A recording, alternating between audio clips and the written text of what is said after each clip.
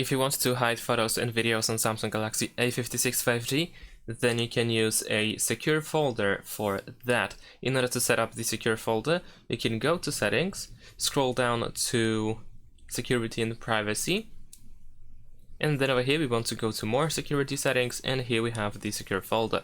If you go over here, you will be able to set up the secure folder pretty easily. You just need to simply follow the instructions.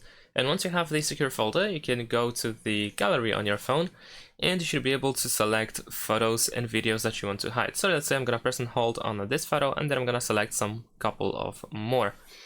Now, over here in the bottom right corner, we can go to more, and then we can choose to move to secure folder.